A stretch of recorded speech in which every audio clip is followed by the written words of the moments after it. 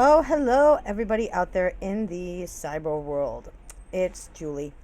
And I did a video today that I will probably not share. What I might do is attach on the very beginning of that video to this. I just feel like I shouldn't share that whole video because it's kind of pointless in a way. But there was a point about it that I wanted to talk about because I'm seeing a lot of things on social media, as I'm sure you all are, and a lot of it is hate mongering and fear, and that's a big deal. And I'm going to share a revelation that God gave me a long time ago. Feels like forever ago. Time flies, people. It really does. But He gave me a revelation, and it has changed the way I approach my life in a lot of ways. First of all, I'm going to say I hate the word hate. I feel like that word is so finite and violent. And I know people don't like to believe that words are violent, but I firmly believe that word has a lot of violence. I think that when someone says that they hate you, it's extremely painful. If someone says they don't like you, you could be like, oh, okay. Because trust me, I get that a lot. But if people say they hate you, that has a strong emotion attached to it. So that's what I want to talk about today, hopefully briefly. So years ago, God showed me that there's that saying that says there's a thin line between love and hate. And I believe that that's supposed to mean it's very easy for you to start hating someone you love or loving someone you hate. It's a very thin line. But the reason they say that is because the emotions are so strong on either side of that line. Hate is a very strong emotion, as is love. Now, the problem is that in this day and age, we use those words for everything. I hate broccoli. I love pizza. I hate Seinfeld. I love Frasier, right? All right. So first of all, none of those are true about me, except that I really do like pizza. And I like Frasier. But I don't hate Seinfeld, and I don't hate broccoli, okay? But we use those words for everything. Oh my goodness, I love this dress. Oh, I hate that shirt, okay? Shirt, by the way. I did not say a bad word. But we use these words just because we can.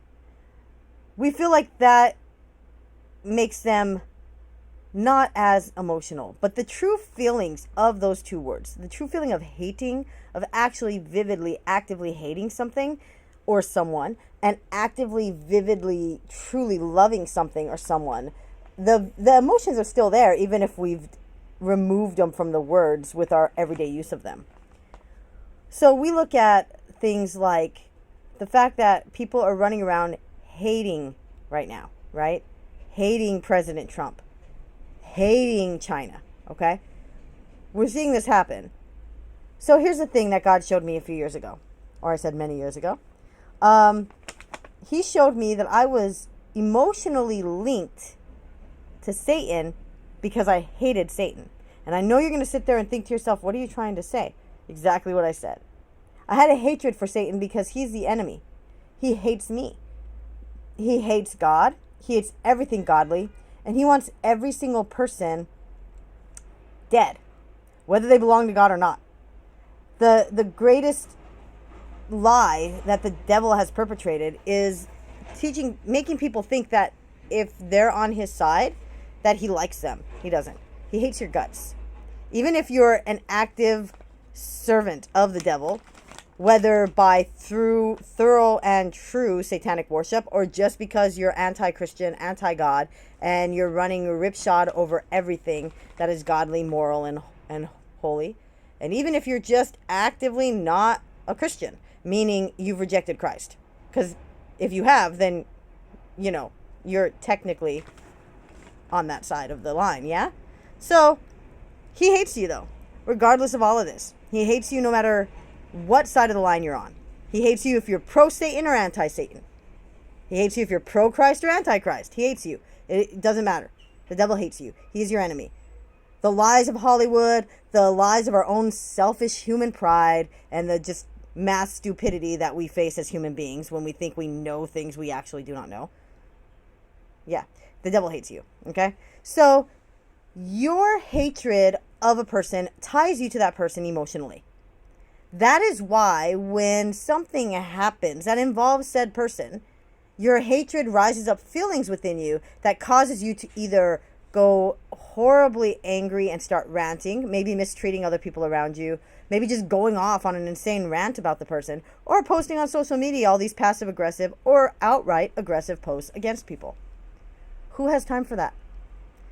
When God showed me that by hating Satan, I was tying myself to that creature and essentially investing emotion into the guy. All right. So here's my deal. I'm indifferent. I'm fully aware that he exists. I'm fully aware that he hates my guts. I'm fully aware that he's out to kill me. But I'm indifferent. I waste no time fighting with him. Consider God. Consider Jesus. The man that was demon possessed begged Jesus to leave him alone. Oh, please, just leave me alone. And Jesus is like, yeah, heck no. Get out. That's all it took. Guys, in the face of Jesus Christ, the devil has no power at all. And as a Christian, I have the authority of Christ, which means that the only power the devil has in my life is any that I grant him. And I don't grant him power because he's the enemy. And one way that I could grant him power is by actively hating him. Do you ever listen to some Christian music where they're all like singing about beating down the devil and fighting the devil and blah, blah, blah? I was listening to that and I don't remember who it was, T-Bone maybe? And like the majority of the songs were about the devil. And I'm like, dude, you're giving a lot of airtime to the devil, man. Like, we get it. He's our enemy, but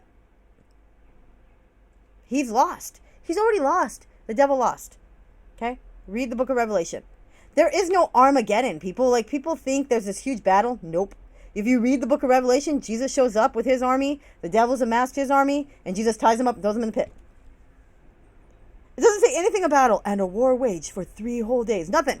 Jesus shows up, ties him up, throws him in the pit for 1,000 years. Don't invest. So what does it have to do with anything? You're probably like, what's happening? I'll tell you. Don't invest, people.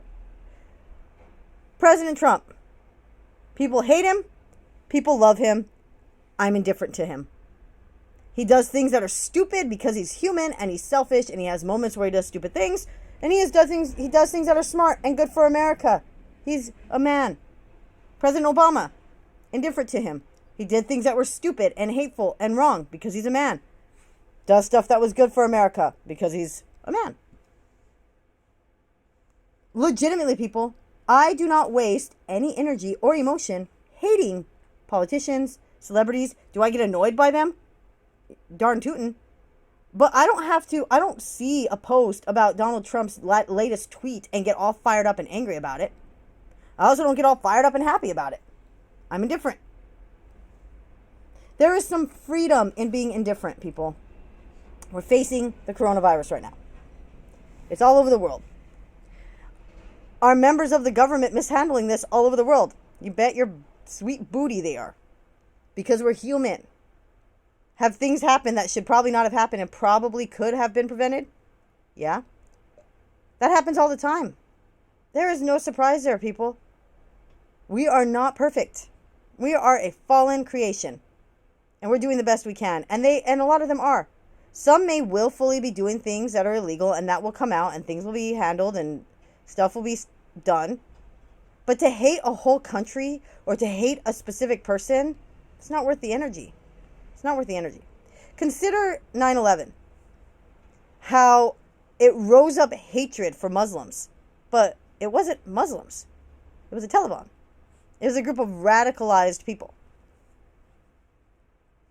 We have to be very careful because it's very easy to spread hate and it's very easy to spread fear.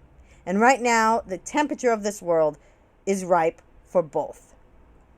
Just take a quick scroll through your social media feed. Just a real quick scroll. How many posts that you have put out there have been angry?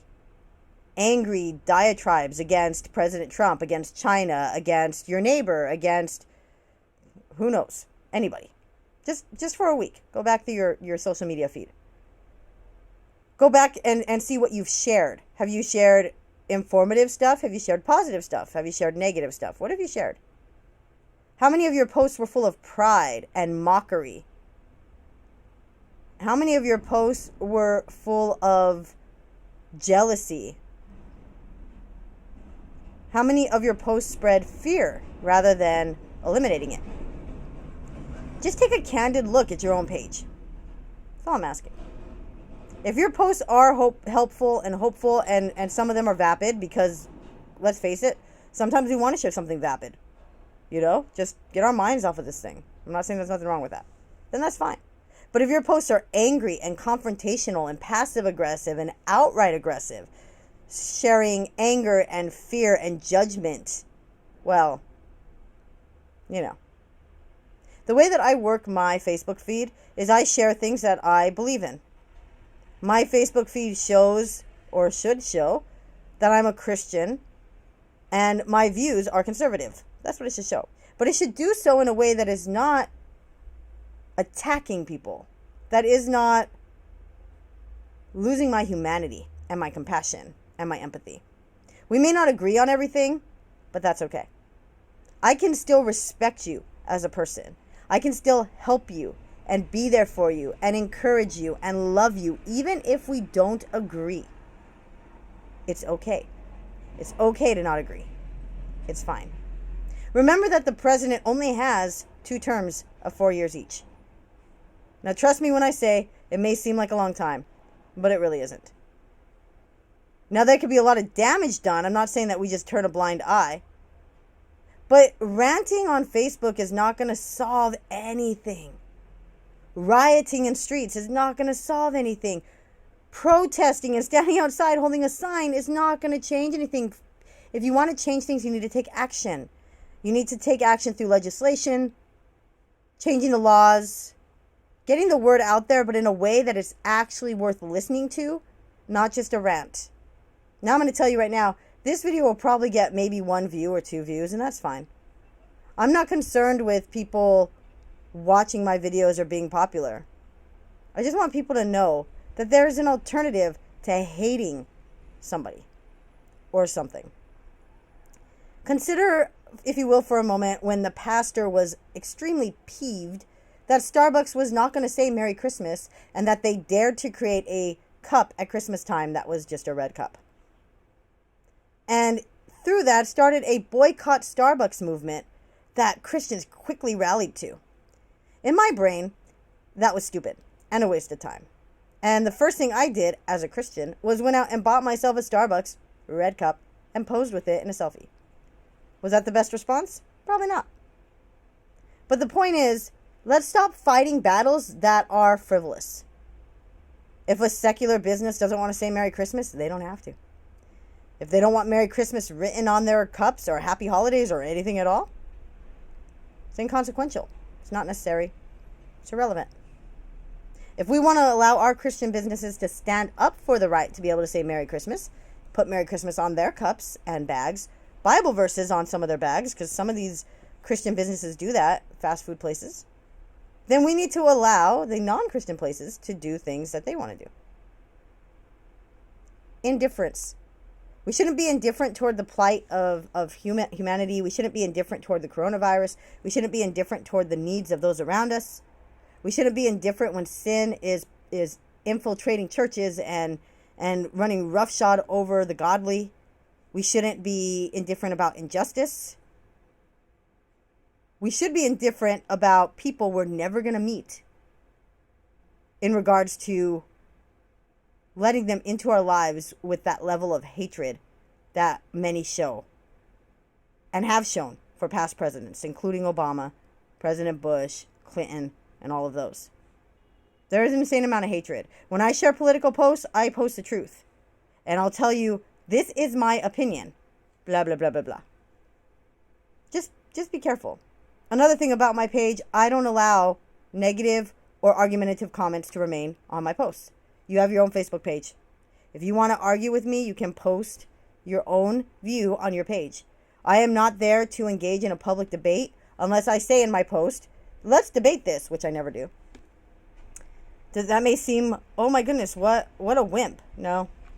I'm just controlling what my friends are reading because I don't want them to read controversial comments that will cause them dismay, cause them fear, cause them anger, cause them frustration. I just want to post, here's what I found. Here's what I think, and you have your own page to do what you want with that. Guys, I'm not a celebrity. I don't have a platform. All I can tell you is in this time of uncertainty and this time of fear, we should not be hate mongers and we should not be fear mongers. It is very, very easy to do that. We should be spreading hope, light, cheer, and joy. We should be empathetic and we should be helpful. And anything else is just a waste of time. Thanks.